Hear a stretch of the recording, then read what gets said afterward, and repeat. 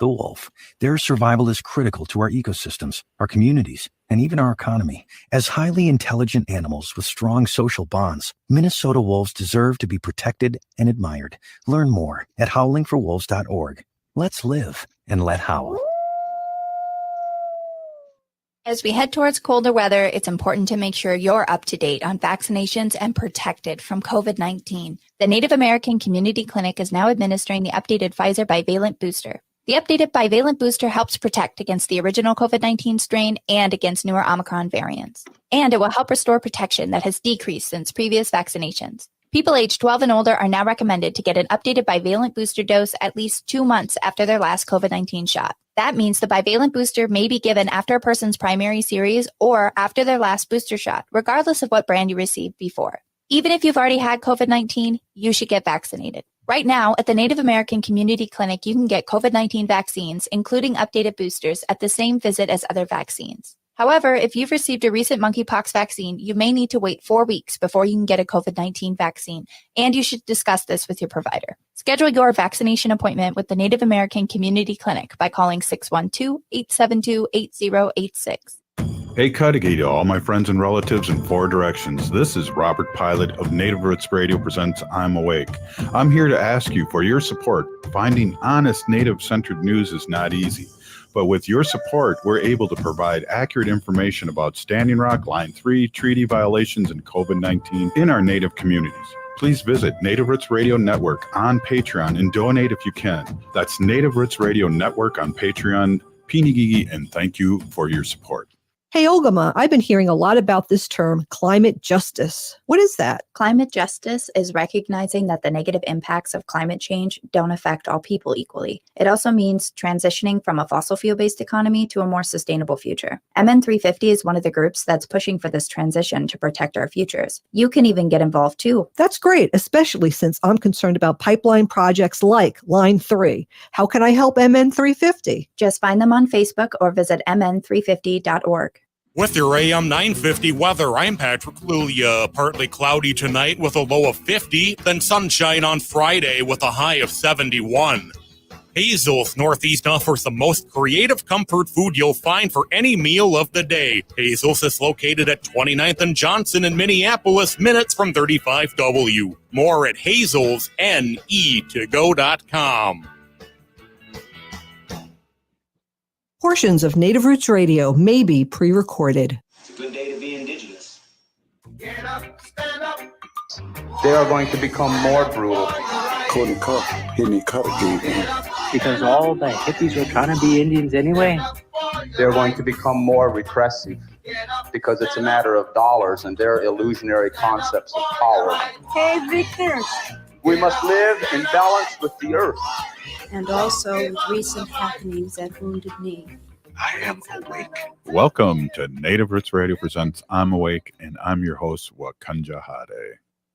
Hey, Cudahy to all my friends and relatives in 4 directions. You are listening to Native Roots Radio presents I'm Awake, and I'm your host, Robert Pilot, and we discuss local and national Native news and events. And as you know, Ogama, Native issues are human issues, and human issues are Native issues. And this portion of the show is brought to you by MN350, a grassroots organization working for climate justice. Yes, they are. And also, I just want to give a shout out to Native Roots Radio is on a civic media network all over Turtle Island here. And we're really excited to talk to all our natives and our allies out there all over Turtle Island. So without any further ado, I want to get with Ogama here with the news, and this is news that you don't hear anywhere else. So welcome, Ogama, and always Pinigigi for your hard work for our people. Thank you. Bonjour, Anin, everybody. I'm Ogamakanu Akwe, and I've got some news for you here today. Our prayers are still up for our relatives down in Florida in the aftermath of Hurricane Ian. Right now, there are reports of what may be substantial loss of life. The governor of Florida has said this may be, the Florida State Fire Marshal has said this may be the largest natural disaster in state history, and they're suspecting that this could be the deadliest hurricane in Florida's history, according to President Joe Biden. They're really unclear on the numbers, but early reports are saying that it could be some some pretty intense numbers coming in for those that have been lost. Residents are still assessing damages. There's collapsed buildings, ongoing flooding, and downed power lines. And then there's a lot of roads that have been washed out or are completely impassable. And the bridge connecting Sanibel and Captiva Islands to Florida's mainland have been completely washed out. There's 2.6 million electric customers that have no power, and there are some drinking water systems that have broken down completely or have boil notices in effect. In Lee County, the governor said that Lee County utilities issued a system-wide boil water notice. And really, people are talking about this being like a biblical level storm surge. The entire city of Wauchula, Florida is underwater. There's about 3 feet of water, and residents are reporting that several homes are completely submerged. And it's just, it was continuing to rain into this morning and this afternoon there. So again, we're expecting a lot of prayers for our relatives that need to happen, and also, start looking for those helpers and for those places where you can send to support our relatives who are facing homelessness and trauma from those types of things related to Hurricane Ian. The other thing I wanted to touch base on, this is more local news as we come into the National Day of Remembrance tomorrow, also known as Orange Shirt Day. There's a Day of Remembrance rally happening down at the state capitol, Robert. Yeah, I just found out about this a little late. So the Night of Remembrance for the Minnesota State Capitol is tonight, September 29th, from 6 to 8 p.m. So that is now till about 8 p.m., excuse me. And it's by the Minnesota State Capitol, Martin Luther King Jr. Boulevard, and University Avenue West is the intersection they're going to be at. There's a number, it's 612-354-7700 if you are looking to find some more information, but that is to honor our boarding school survivors and those who did not make it home. Another event that's starting tonight related to that is the Back to the Homelands Run, which Danica Burr, who is an accomplished athlete, is going to be embarking on a 108-mile endurance run. And it's for strength, spirit, healing, and to raise awareness for our relatives that did not make it home. It's called Back to the Homelands. Danica will be departing from Twin Buttes, North Dakota at about 9 p.m. this evening and arriving in Bismarck at 6 p.m. tomorrow evening on September 30th. And I do believe there is a small rally that's happening around her. So our prayers are up for Danica and her family as she creates that healing space and runs for our relatives. Yeah. Go ahead, Robert. No, I said, yeah, I agree. Absolutely. Prayers up, and great cause. Yes, so up in Duluth, ICO is having their last Indigenous Food and Art Market this Saturday, October 1st from 11 a.m. to 2 p.m. at Central Hillside Community Center parking lot in Duluth. They do accept SNAP benefits with $10 market buck and $10 produce market buck match. So show up for that. And then they're showcasing Indigenous, Black, and person of color artists and food producers. So again, the ICO Indigenous Food and Art Market, last one of the season happening October 1st, 2022 in Hillside Community Center parking lot in Duluth. This story is one that takes a little bit of backstory, Robert. Have you heard about the railroad merger yet? No. So Canadian Pacific is looking to acquire the Kansas City Southern railway system. So this is what's going to be referred to as the Canadian Pacific acquisition of Kansas City Southern, or CPR and KC. So what's happening right now is there's a public comment period open for this proposed merger of the two railroad lines. The reason why this is important to people in Minnesota is because the Canadian Pacific Railway is already the largest railroad company shipping crude oil from Canada to Mexico, and they have more transports happening through Minnesota than any other company. This huge merger would nearly double the number of trains running through 4 or 5 small villages in the White Earth Nation and running through 1855 treaty territory and the White Earth Reservation. The White Earth Reservation Business Committee opposes this merger because those trains that are going to be moving are not just going to be a noise issue as well as a safety issue for the community, but because they're going to be carrying oil. So more crude oil and more ways to threaten the water and the wild rice here in Minnesota. So if a train were to leak or spill or crash, it would do really extensive permanent damage to that area. So there is a way to access the public comment period.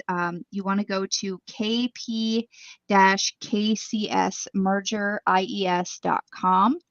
I'm going to put that up on the screen for everybody and probably in the comments too. And that will get you over to where you can make a comment on the environmental impact statement and read it and really see what this means for Minnesota and honestly for the United States as a whole. This doesn't seem like a good idea in any sense of the word. All the public meetings for this have passed, and I apologize to you all that I was not aware of this ahead of time. But most of the public in-person meetings did not happen here in Minnesota. Most of them happened in Illinois, Iowa, Missouri, and there's one down in Texas. But this is a nationwide thing.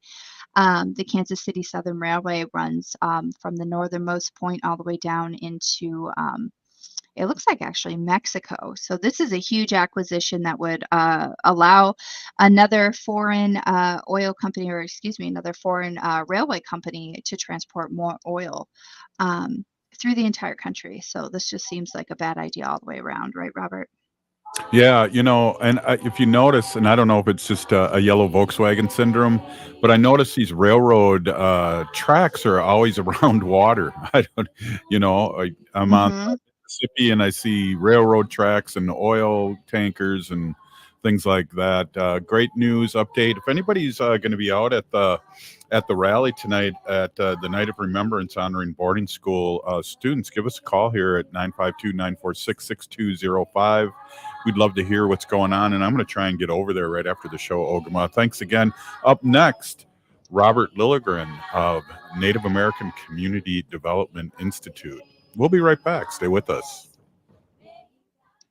If the statistics say that 1 in 3 Native women and 1 in 6 Native men have experienced sexual assault in their lifetime, it means our whole community is affected by sexual violence. 1 is too many. Don't stand by, stand up. Don't engage in acts of sexual violence, and shut down the dirty jokes, the gossip, the victim blaming and shaming. As a community, we can change the way we respond. Contact the Minnesota Indian Women's Sexual Assault Coalition to attend a workshop to learn more. Sponsored by the Minnesota Indian Women's Sexual Assault Coalition. Don't fall for vaccine misinformation. Local medical professionals are available to answer any of your questions.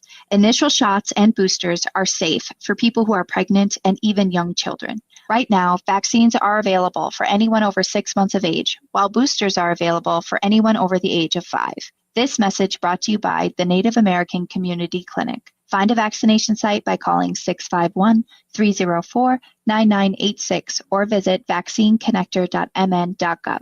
Ramsey County's Transforming Systems Together initiative is rethinking how the county delivers services and invests in the community, including through grants. Grants are available to support individuals and organizations providing prevention services and serving vulnerable youth involved in child protection and foster care. To learn more and see if you or your organization qualifies, visit ramseycounty.us/TST grants. Applications are due by September 30th. Hey, Ogama, I've been hearing a lot about this term, climate justice. What is that? Climate justice is recognizing that the negative impacts of climate change don't affect all people equally. It also means transitioning from a fossil fuel-based economy to a more sustainable future. MN350 is one of the groups that's pushing for this transition to protect our futures. You can even get involved too. That's great, especially since I'm concerned about pipeline projects like Line 3. How can I help MN350? Just find them on Facebook or visit mn350.org. Bonjour, I am Oshawashko Gijig. I'm from Red Lake Nation, and you're listening to Native Roots Radio. Welcome back to Native Roots Radio presents I'm Awake. This portion of the show is brought to you by the Minnesota Indian Women's Resource Center. Hey, it's Thursday, and we have Robert Lilligren of Native American Community Development Institute on, and we just like to gab a little bit here and shoot the you-know-what and talk about Native issues and events all over Turtle Island and here in the Twin Cities in Minnesota. Welcome, Robert. Yeah, bonjour, Robert. Bonjour. Come on, nice to see you. Hey, I heard rumors you had a nice little surprise at your office today. Yeah, here I got to show you.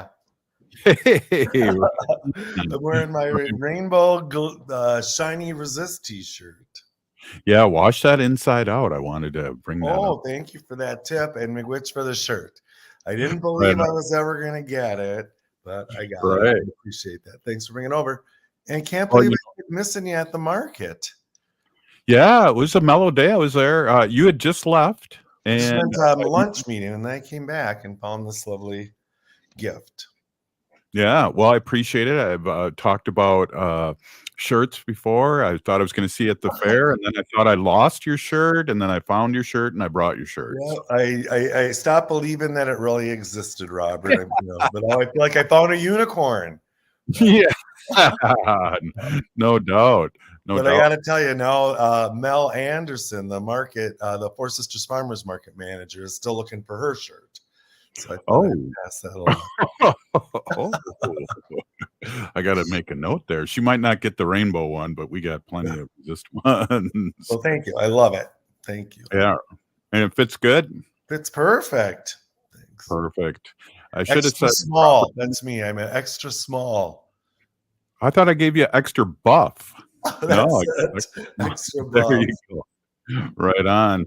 Well, our prayers are out to our relatives in Florida. I know I have like 65 constituents living down there, and I've already had people reach out to us, Robert, that they've lost everything. Oh, man. But they're okay. They're alive. And you didn't lose any of your constituents down there, your whole chunk constituents? Not that I know of, but I've just heard a few that lost everything and have got a hold of us for assistance. Oh, good. Are you able to help them out? Well, I think just the process is not to get too deep in Ho-Chunk's process, but to reach out with FEMA and all those other groups first, and then we'll help after that. So I think it's kind of a process. And personally, I think we should be helping them immediately. But yeah, there's a lot of process there. Yeah, my husband's brother and his wife live in Fort Myers, Florida. So right there in Lee County, where it really hit, and they're okay. I was very surprised this morning they had cell service and we could text with them, but they live kind of higher up in a high-rise, 13th floor, I think, and they were just looking at the destruction and these piles of boats in the city park and things like that. They said any boat that didn't sink ended up in this pile in the middle of the city park, and it's a bad one, right?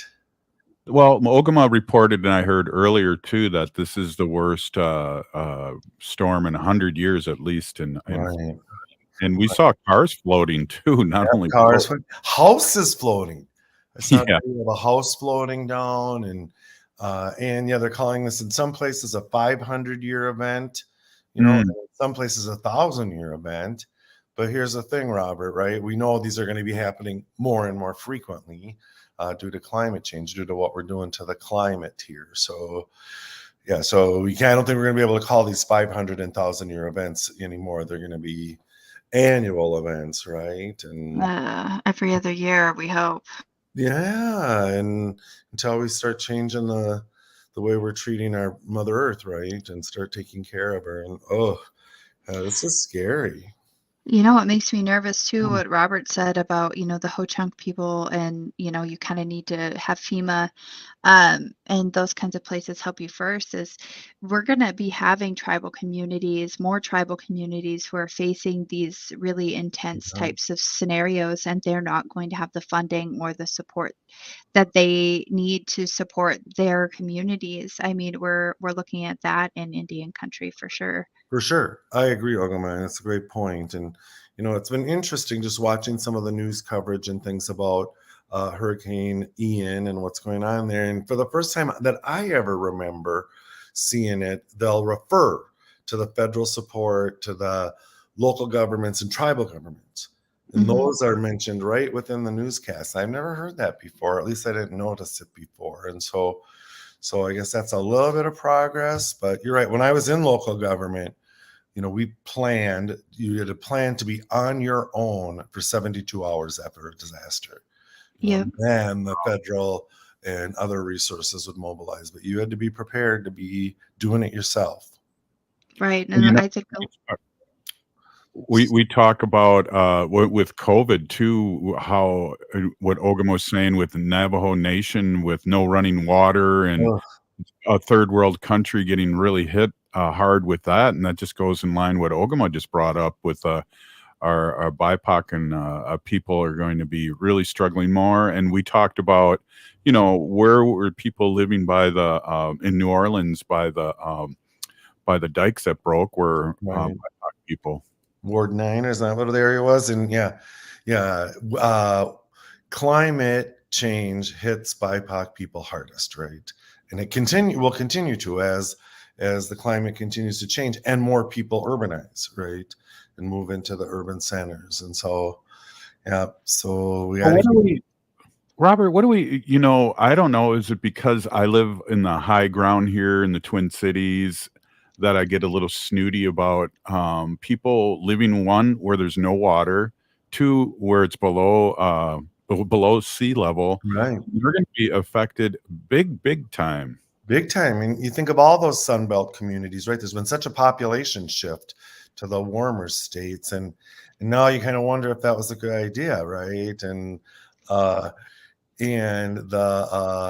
especially the southeast of the U.S., like Florida, parts of Louisiana, Mississippi, they are really underwater. I mean, you said below sea level, and you're right. That really isn't land. It's just we just use it like it's land. It's really underwater. And how long can we as a nation support that, right? I mean, well, do you remember when we were young? I'll never forget this. My parents really never went anywhere, but Florida was selling basically swampland to people come down and buy. Do you remember that? Oh yeah, I remember it was kind of like a saying. Oh, if you believe that, I got some swampland in Florida I can sell you. I remember we used to say. They've made it happen, and there are houses, there are things there, and it was built on swampland. So when you have a storm like this, it just blows my mind, I guess. I mean, you saw just the size of that hurricane, the size of that storm, right? It covered the whole state essentially, and a couple more of those, and there isn't going to be a Florida. It's picking up speed too, and going up the East Coast now. It's back to being a hurricane. Back to being a hurricane, and those oceans are warm and shallow, right? So they're just going to be storms. Yeah. Well, our prayers are out to our relatives, for sure, and these things are going to be, like you said earlier, normal occurrences. It's crazy. What's going on in the Avenue now? I mean, let's get into something kind of positive here, because the good work that where our people are doing. There's a march tonight at the Capitol too at 6:00. I'm going to try and get there after the show. It's till 6 to 8, and it's our orange shirt. Boarding school relatives. Oh, there it is right there. A night of remembrance. Thanks, Ogama. And so I'm going to try and make it up there. And tomorrow, as Ogama just reported, is the National Day of Orange Shirts. Thanks for that reminder, Ogama. Yeah. And so the boarding schools is a genocide that I like to bring up only because we have so many allies listening that are non-native and don't know about this, Robert. Sure. And let's talk a little bit about that in the next minute or so, and then break. Right. It's huge, right? It's this huge part of our history that we just kind of sweep under the rug. It's an important piece of truth telling, but important for us, right, to have our relatives return to us, our relatives acknowledge. And it's so painful. it's such a painful conversation to have, and but it's a necessary one. And you look at the things that the progress they've made in Canada with their first people, and we need to have a similar reckoning here, right? So we can move forward. And lately maybe we can talk more about this, but just you talk about boarding schools. I don't know a single Native person that doesn't have boarding school story in their family, and we know that trauma, but the people who perpetrated it don't, right? Mm-hmm. And so it's time for the people who perpetrated it to enter into this conversation and to acknowledge that that's an act of violence. And when an act of violence is committed, it's not just the victims who are traumatized, it's the perpetrators. And so there's parallel trauma. So here's another opportunity. It's not just Native people that need to be aware of this and having these conversations and reconciling and try to heal. It's the perpetrators. Yeah, maybe we can talk a little bit too about, you talk about trauma, Robert, and maybe when we get back from break, we can kind of talk about, there's a lot of people that had dealt with residential schools that have never talked about it until just recently. Right. It's too painful. Yeah. So let's talk a little bit about that when we come back. I'm here with Robert Lilligren and Ogama. Robert Lilligren, Native American Community Development Institute, and we'll be right back here on Native Roots Radio presents I'm Awake.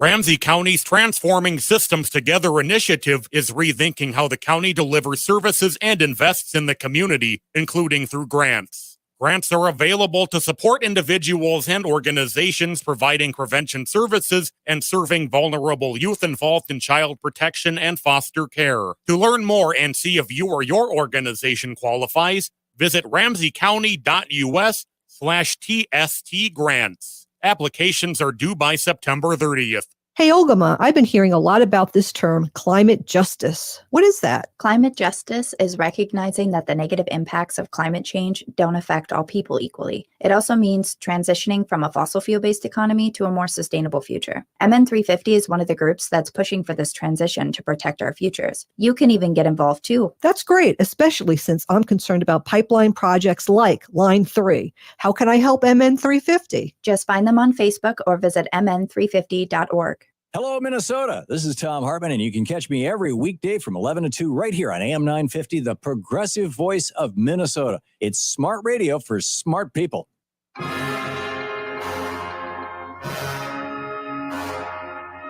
Habitation presents a radio drama.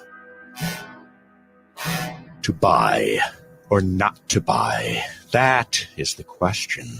Whether 'tis nobler to compromise and live with a sectional that doth not fit my space, or to take up arms against a sea of mediocrity, and by opposing it, to rest, to be comfortable, to enjoy the space that is my home.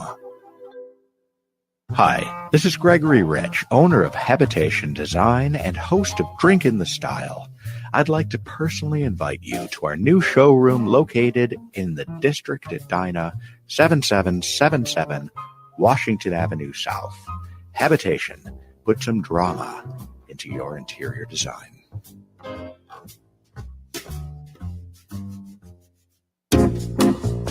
2022 continues to be a hot real estate market, and any advantage you gain could net you thousands of dollars. If you do plan to move at some point, installing a system from All Energy Solar could increase your resale value and help you sell your home faster. Energy costs will not be going down anytime soon, so a property with a solar energy system could make it much more attractive to potential buyers. Buyers consider electric bills when buying a home, and installing solar panels is viewed as an upgrade. Each kilowatt of solar energy could increase the resale value of your home by thousands of dollars. And even when you sell your home, you'll likely recoup the cost of switching to solar thanks to your increased property value. So if you plan to sell your home, make your home as attractive as possible to buyers by switching to All Energy Solar. Get a free, no-obligation assessment from All Energy Solar by calling 800-620-3370 or visiting allenergysolar.com. That's allenergysolar.com. Hi, folks. This is Kirk Bankstad from Wisconsin's Minneapolis Brewing Company, and our progressive beer is now available in Minneapolis. Yes, you Vikings can now buy Biden beer, Bernie Brew, AOC IPA, and Kamala, a strong vice presidential stout, without having to travel across the border. And the best news yet is that 5% of the proceeds of each beer you buy go to keeping Wisconsin blue. Drink progressively with Minneapolis Brewing. Get their progressive beers at Lowry Hill Liquors in Minneapolis and Top 10 Liquors in Andover. Find other Twin Cities locations at MinneapolisBrewingCompany.com. With your AM 950 weather, I'm Patrick Lulia. Partly cloudy tonight with a low of 50, then sunshine on Friday with a high of 71. I'm Angela Warner, and my grandpa Jim Warner taught us to treat customers like family. And to thank you for 68 years, Warner Stellian is offering unbeatable appliance savings. Go to WarnerStellian.com for a $50 exclusive coupon.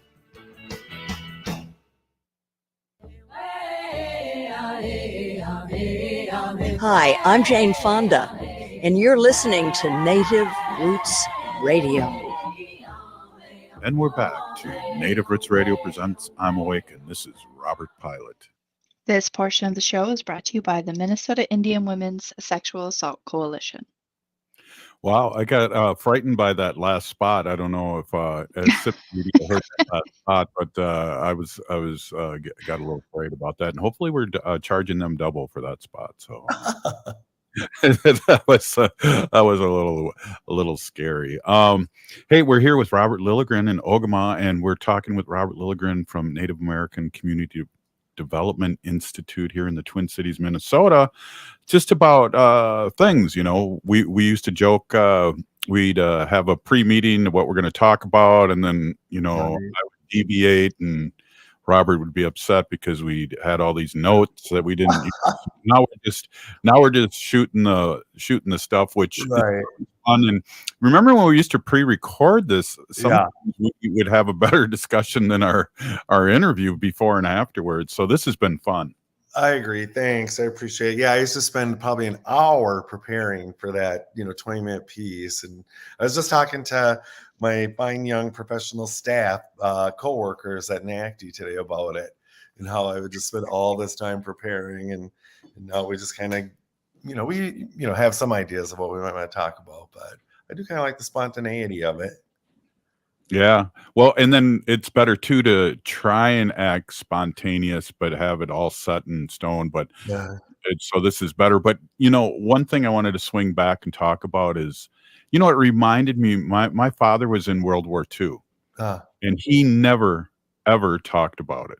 And it's almost the same kind of trauma that our relatives had in boarding school, because until this last year, year and a half, when this has really come out, when they're found bodies outside the schools and the count kept on going up and up every couple days, more people are coming out, Robert, to talk about it. And I found out my Gaga, which is my grandma, was in a boarding school, and her father went and basically kidnapped her and stole her back. And so we never even knew. Wow. My grandmother was in a boarding school and was there after her mother was murdered. The girls went to the boarding school, and the boys went to go work with the logging companies with her father. And I think people think this happened a really long time ago, and I'm not that old. And my grandmother was part of the boarding school, and Robert's grandmother was part of the boarding school, and Robert Lilligren, I think, and your grandmother was part of the boarding school. So this is definitely something that I think people really need to realize is recent history. Right, family history, right, Ogama? And you're right. Elders, boarding school survivors don't like to talk about it. It's trauma. Right. It's traumatizing, and I don't blame them. And I'm glad we can support our boarding school survivor relatives in sort of talking about this trauma now. And I don't do a lot of work around truth and reconciliation, but I've just had the privilege to be at a few tables where, like the City of Minneapolis Truth and Reconciliation Work Group, trying to figure out how as a city they can sort of systematize some kind of approach to truth and reconciliation. And just one of the things that really sticks with me from that participation is this idea that, you know, you want to heal, right? But you can't start healing until the damage stops, until the system stops injuring you. Otherwise, what's the point of healing? And in this, I'm hopeful that, you know, we have enough historic separation that the damage part has stopped. They're not kidnapping our children and forcing them into school and beating their language and culture out of them anymore. I mean, there's a lot of oppression happening within our education. I don't mean to say there's not, but maybe this is an example of a place where we really can start to heal. You know, Robert, when you were talking too, I was thinking, you know, as being a sober person, I think, you know, the old saying, the truth shall set you free. You need to talk it out, whether it's, you know, in a circle. And it's funny, I heard from one of our people that she met Bill Wilson, or knew a Native person that met Bill Wilson, and he told him, the Native person, that you know, in AA, they're all in circles, and they said, we got that talking circle from Native Americans, and I believe it, but not to deviate, but to get that out and talk about it and acknowledge it is another form of the beginning of healing. Agree. And so much of that has, like, restorative justice, that model, which is very popular kind of where I live within the city. You know, people who damage a community come and enter into dialogue with the community in circle and figure out how to restore something restorative that they can do. And that's a total Native model, right? That kind of circle. Mm-hmm. Yeah, definitely.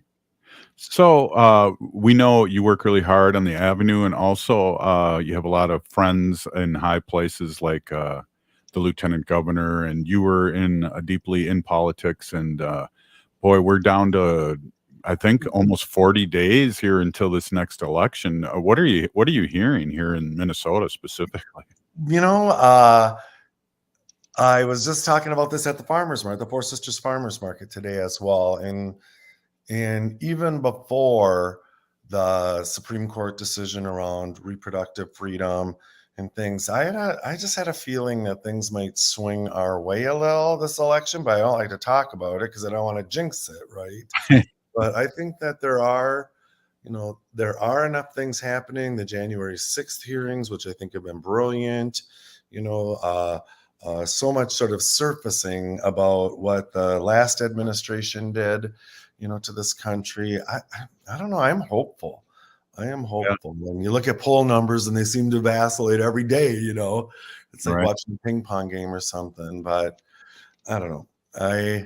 I am hopeful that we'll be pleasantly surprised on the day after Election Day.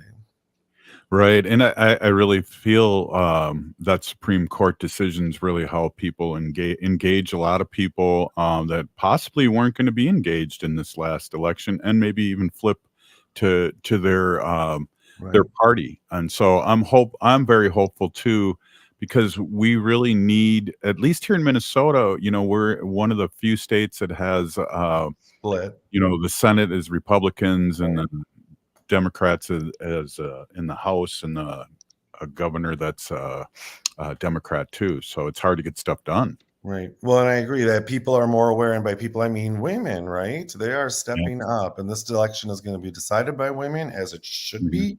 And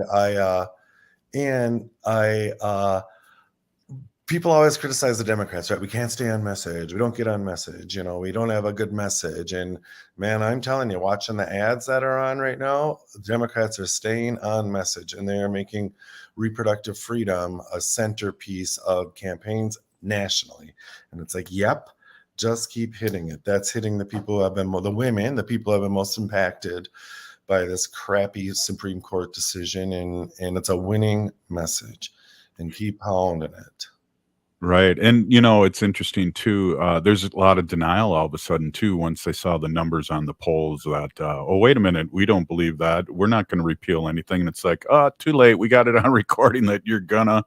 And we just have to play back their recordings, Robert, that they've use their own words against them. It's the most powerful campaign tool that there is, you know.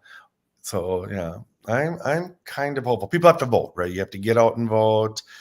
We have to make sure as individuals, is your whole family voting, your neighbors voting, your coworkers voting, and so we have responsibility. We can impact this election. And so we all have a role to play. And it's just, I mean, and you can say this kind of you hear this all the time. This is the most important election of our lives, but I just feel like right now it's now or never. We gotta mobilize.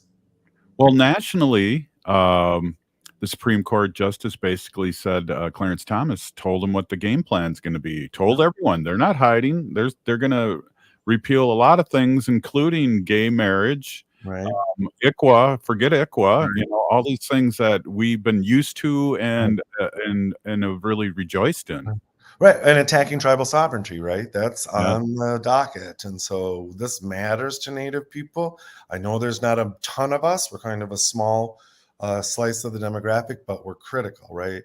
We can decide elections, and we are deciding elections. And so we got to make sure that all of our relatives are voting.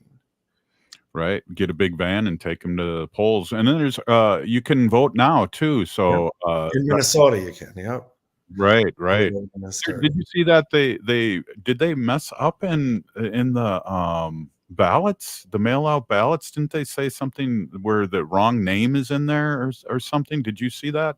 Oh boy, I do not know about that, Robert, but I'm going to look it up. I hope I didn't dream that. No, I did hear that on the news last night, and they're not going to do anything because they'd have to recall it right now, and they're going to let it go as it is. But I can't remember who was put in there incorrectly. But it's Ramsey County that did it. Oh, they listed the wrong GOP candidate for House. Oh, geez. Yeah. So I think that's okay. There was more than one, or I guess I'm not sure how that happened, but wow. Well, there's at least that, Robert. Yeah, I think you're correct now that you mentioned it, but still, it's like things like these can muck up things too, and fire up people that are saying that it's a setup election and blah blah blah blah blah. Well, and that's the line, right? Or that's the GOP party line, has been to erode confidence in elections. And the ironical thing is, the deeper they dig, the stronger our election systems look. At 2018 elections that were hugely secure, right? And so these accusations of election fraud, voter fraud, they're so false. But when something really does go wrong, it does kind of add some traction to their story.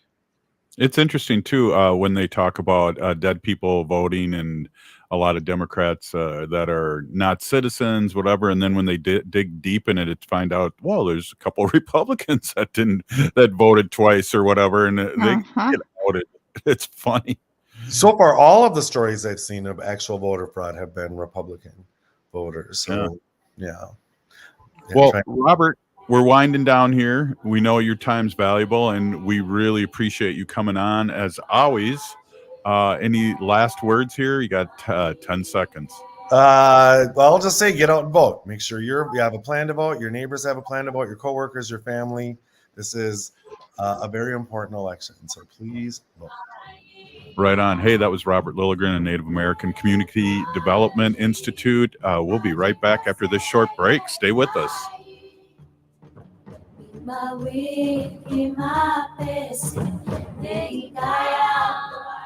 Hey, Wendy, what are we doing for dinner after the show? How about we go to J. Selby's on 169 Victoria Street in St. Paul? They have a delicious plant-based menu that's compassionate and environmentally sustainable. I'm getting their spot-on vegan Big Mac, the dirty secret. You can pick up and they deliver within a 5-mile radius, or you can call them at 651-222-3263 or visit jselbys.com. Well, you sold me, Wen. Let's go order at J. Selby's tonight. I'm hungry. Minnesota has the only original wolf population in the continental United States, and 80% of Minnesotans believe the wolf should be protected. Howling for Wolves is asking Minnesotans to respect our true wildlife manager, the wolf. Their survival is critical to our ecosystems, our communities, and even our economy. As highly intelligent animals with strong social bonds, Minnesota wolves deserve to be protected and admired.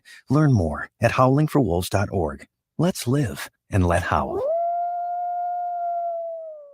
As we head towards colder weather, it's important to make sure you're up to date on vaccinations and protected from COVID-19. The Native American Community Clinic is now administering the updated Pfizer bivalent booster. The updated bivalent booster helps protect against the original COVID-19 strain and against newer Omicron variants. And it will help restore protection that has decreased since previous vaccinations. People aged 12 and older are now recommended to get an updated bivalent booster dose at least 2 months after their last COVID-19 shot. That means the bivalent booster may be given after a person's primary series or after their last booster shot, regardless of what brand you received before. Even if you've already had COVID-19, you should get vaccinated. Right now, at the Native American Community Clinic, you can get COVID-19 vaccines, including updated boosters, at the same visit as other vaccines. However, if you've received a recent monkeypox vaccine, you may need to wait 4 weeks before you can get a COVID-19 vaccine, and you should discuss this with your provider. Schedule your vaccination appointment with the Native American Community Clinic by calling 612-872-8086.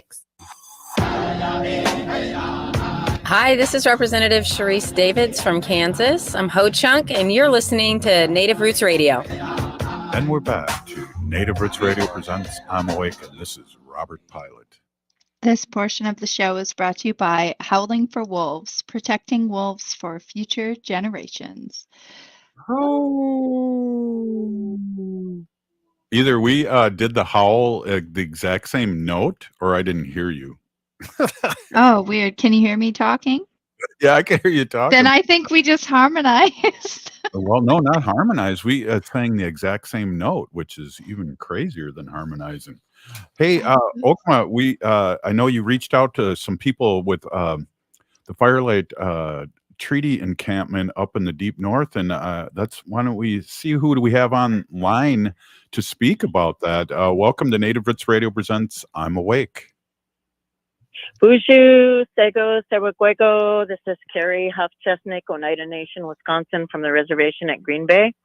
I'm here with Rise Coalition, Anishinaabe sisters, Dawn Goodwin, Deborah Topping, Sherry Couture, and Tree Partners, one of which, Jamie Gaither, is going to speak a little bit right after me. So we're here last year, a year ago, we were here holding space and watching the last of what Enbridge was doing at the Clearwater Crossing just outside of Bagley. They had 5 great big huge holding tanks with some kind of water that we didn't understand what was happening. We still don't have all of the details, but we do know that there was an aquifer breach up there. So this year we came to hold space again and just to educate. And we had some really amazing things happen already today. So if you want me to share a little bit about that, I sure could. That'd be great. Talk about, I'm reading a poster here that Ogama put up about events that you are going to be doing. Could you speak on that first? Oh, yes, absolutely. So let me see. I'm going to have to do this from memory because we started with a press conference today. We had a group of Native and non-Native students from BSU come out with, they've got a Red Lake teacher that's just dynamite. Wow. And she brought them out so that we could do a little bit of visiting and talking back and forth. That was part of our mission, is to just be here to help educate. We also had someone from, a lady from town decide to stop out and just ask some more questions. And that was a really good thing because, you know, she had kind of an open mind. So the other things, like Saturday, I know for sure we're doing a pottery making demonstration.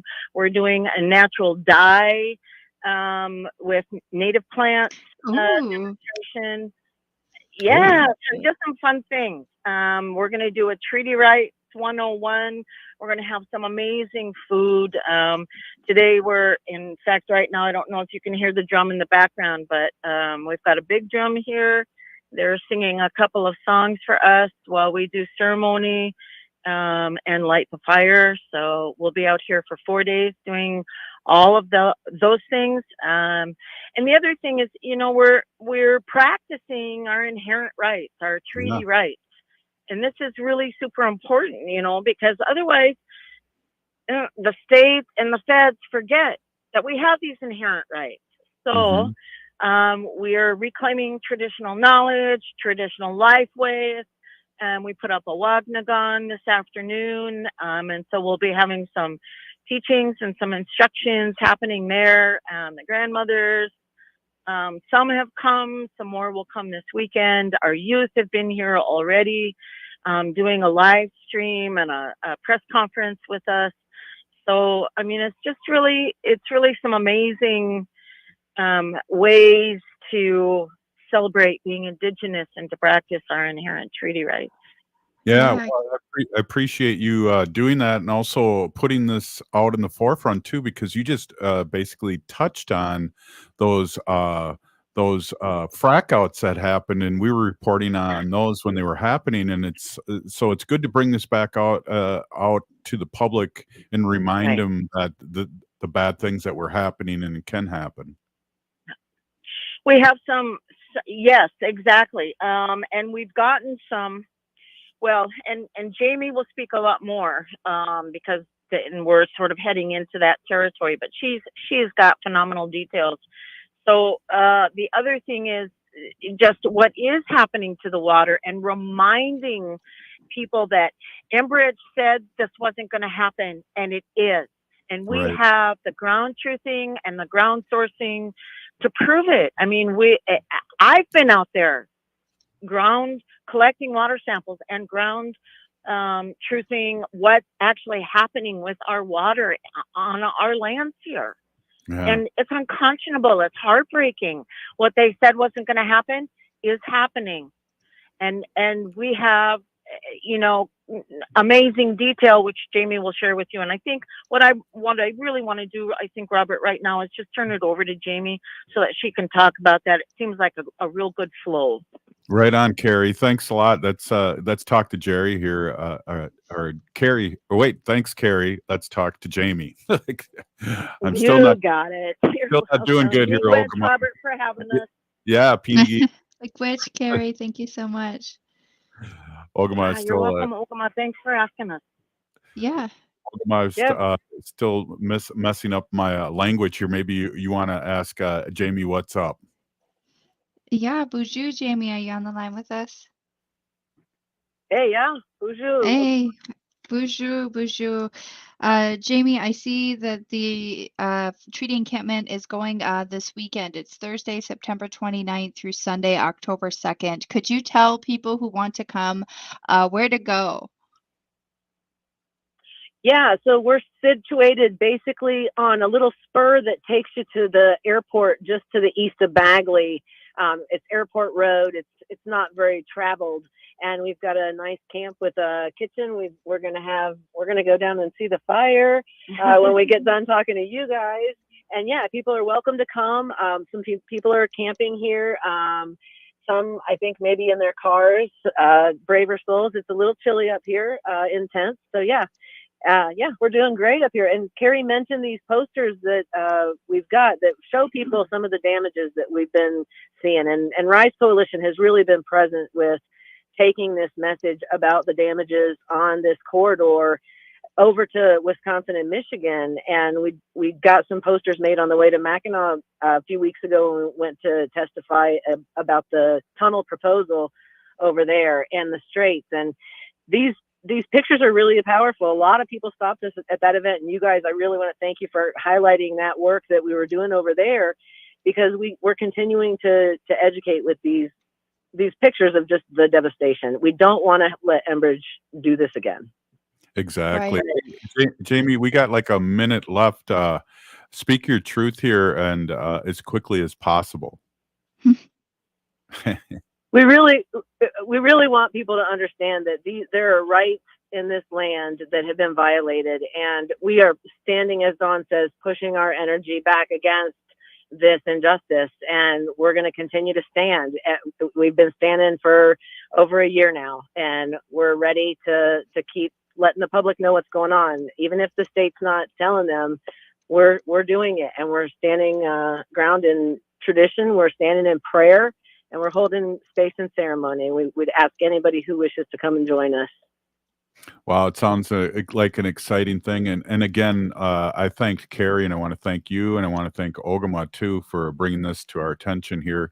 That you are bringing this up to the attention and not letting this issue die with the frack outs and what's happening with Enbridge across Turtle Island. So I really appreciate what everybody's doing up there.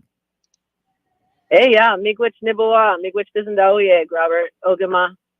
Right on. Hey, thanks for stopping in. Wow, that's amazing. Firelight Treaty Encampment is alive and well. Hey, if you're listening to this show, you are part of the resistance from Chief Plentycoops, the ground on which we stand on. It's sacred ground. It's the blood of our ancestors. We need to resist, divest, join a group, run for office.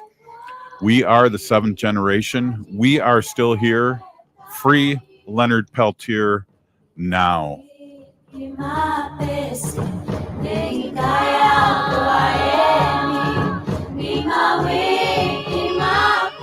I'm Candy Brothel, publisher of the Twin Cities edition of Natural Awakenings